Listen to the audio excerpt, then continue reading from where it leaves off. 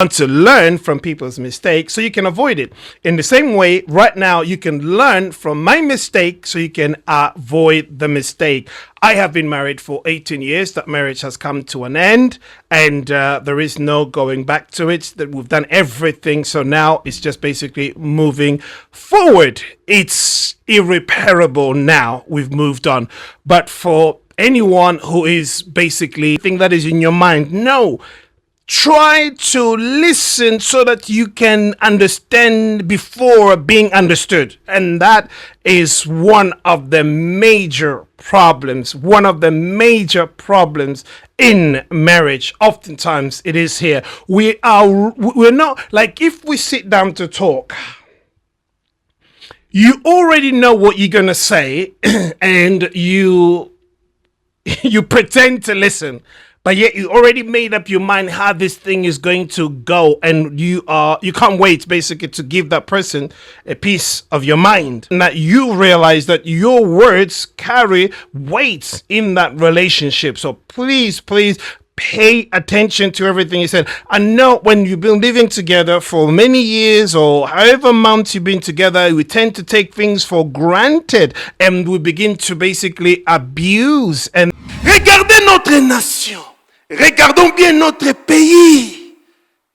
Dieu nous a bénis avec ces grands pays. L'envie de tous les peuples, tous les pays. Les gens parlent que de notre pays en bien. Mais la majorité des temps, c'est nous les Congolais, en principe, qui parlent en mal. Non. Que voyons-nous pour notre pays, la RDC? Que voyons-nous pour notre pays, la RDC? Dieu nous a bénis. Dieu nous a donné cette terre. Que voyons-nous? Parce qu'il y a certaines personnes, pour eux, c'est toujours en Europe. C'est là où il y a la vie. Nicholas, I want to minister to you. I feel the Spirit of the Lord is speaking to me right now. Even before the foundation of the world, you are going to call yourself when I called you. And on the inside of you are planted dreams and visions. But the Lord said this is a strategic timing for you. You tear down mindsets. You tear down strongholds. And change the thinking of my people. The Lord said even in the days to come, I'm going to give you open doors for you. hello and welcome again to my channel. I hope you guys are doing awesome today. I want to talk about my understanding and my, if you like, things that I have learned about communication within marriage. Now, two ways you can learn things in life, either by experience or by learning from other people. And I don't know which one you would prefer, but it's always good to learn from other people so that you don't make the same mistake. It's like somebody telling you, oh, I had a certain disease and this is what you can do to avoid having that disease. Now, you're not going to sit and say, no, I want to experience the disease so I can understand how it feels. No, you don't want that. You want to learn from people's mistakes so you can avoid it. In the same way, right now, you can learn from my mistake so you can avoid the mistake. I have been married for 18 years. That marriage has come to an end, and there is no going back to it. That we've done everything. So now it's just basically moving forward. It's irreparable now. We've moved on. But for anyone who is basically thinking about getting married, somebody who is already in the marriage and they're struggling, you can repair. Now, you've got a window to make things right if your marriage is struggling at the moment. But sometimes it can be too late, and therefore there is nothing else that you can do.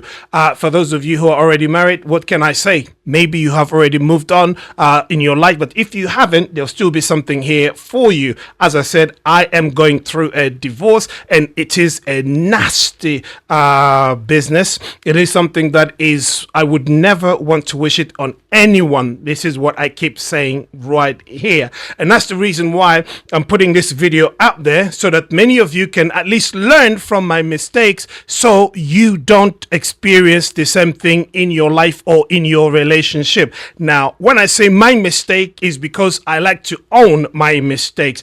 I take responsibility for what I have done wrong, and that's very, very important for me. Okay, and here, I'm not going to sit here and talk about my ex, this and that. No, that's not. I owe her in a lot of respect, and for that reason, I'm not going to mention anything about her other than what I have done wrong and what I have learned, so that you also can learn from me. Like I said, learn from me.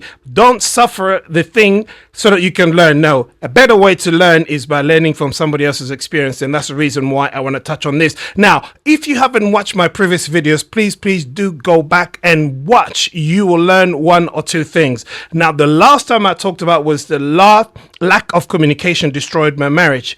Now, communication is the lifeblood of a relationship. That is paramount. Very, very important for you to understand that. In this topic here, I wanted to do part 2 because part 1 was yesterday. This is part 2, so I want to end it here. Even though I did mention of the things that actually destroys, but now I want to look at the things that can actually help you to improve your communication in a relationship. Okay, and I'm hoping that those of you who are right now in the marriage, those of you who are struggling, you can at least listen to a couple of things that can help you improve. And for those who are planning to get married, think about these things very deeply before you do commit house. So, and like I said, this is all the some excerpt from my book that I have written.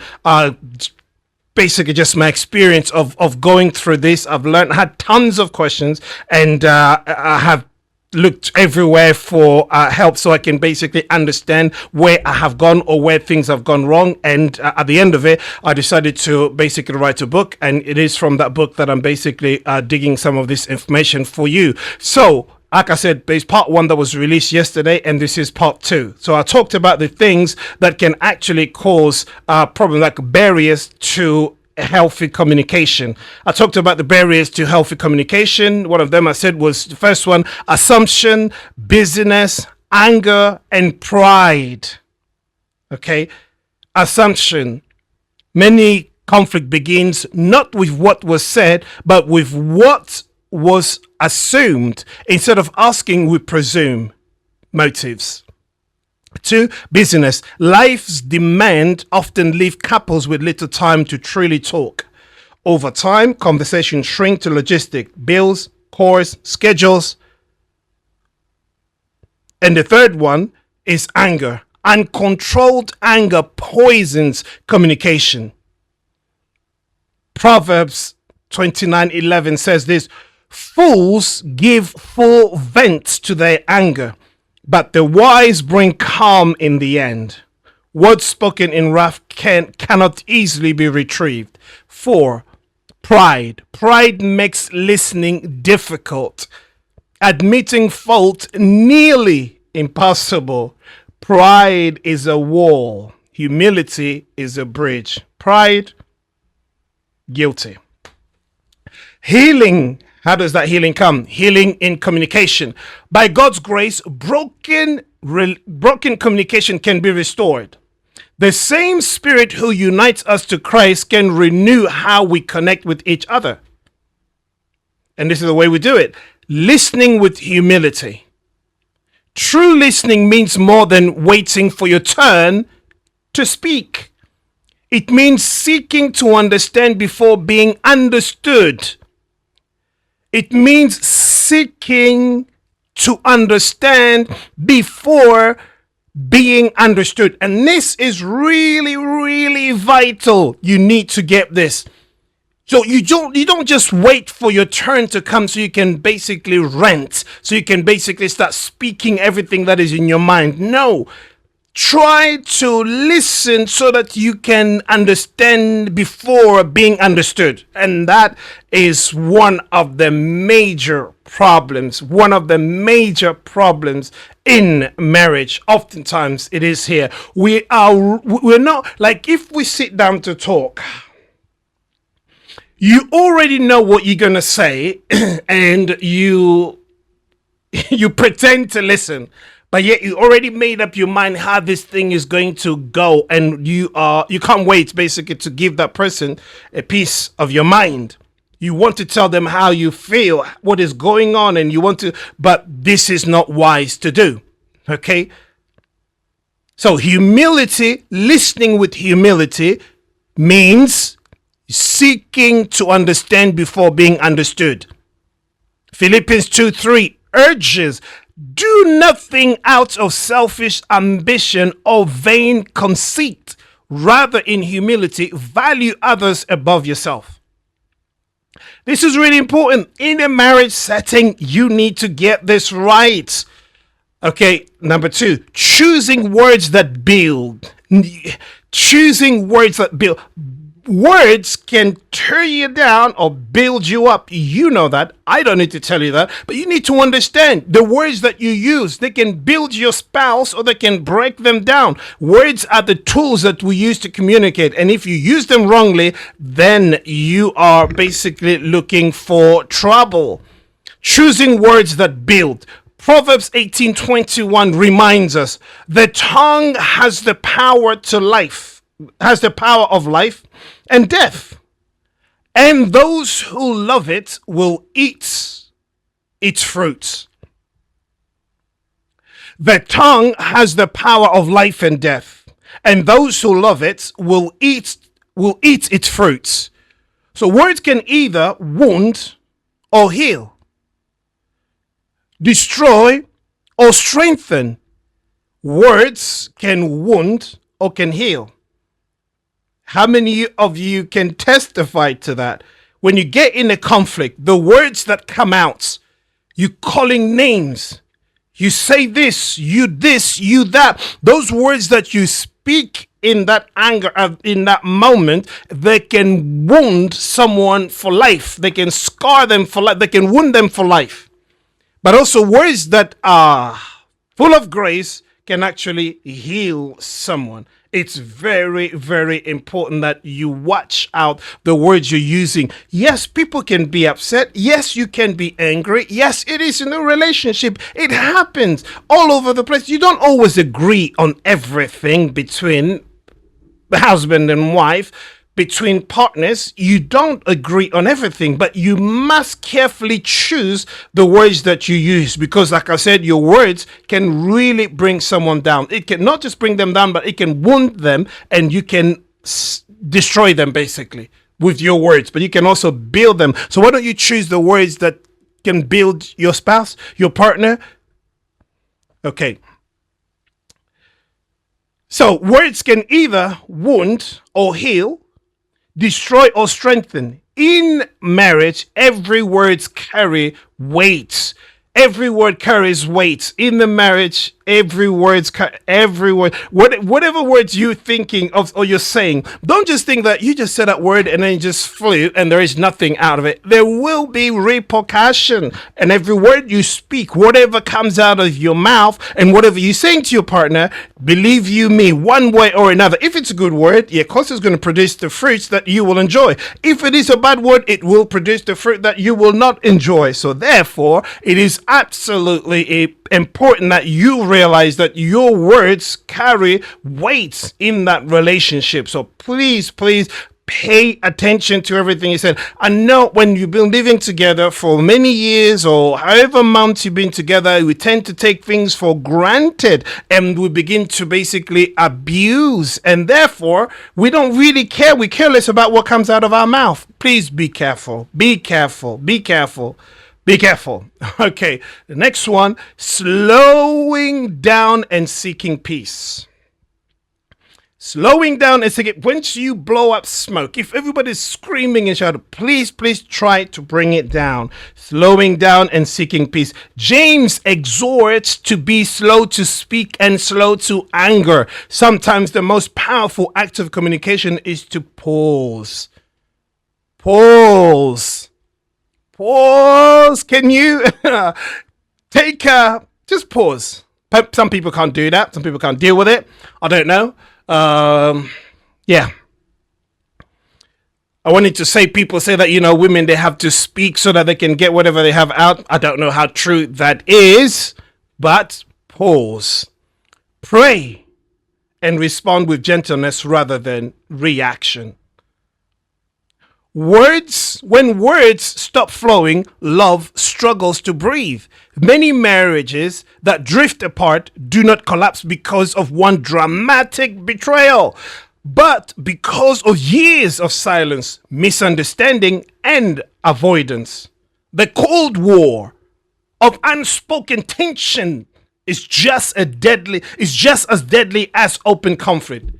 God never intended marriage to be silent. He created communication not just for problem solving, but for communication, a shared life where hearts are revealed and burdens are carried together. In conclusion, communication is the lifeblood of a covenant. It is how love is expressed, trust is built, and unity is protected. To neglect communication is to starve the marriage of its breath. The key focus in this is communication isn't just talking, it's communion. It's how covenant love breathes.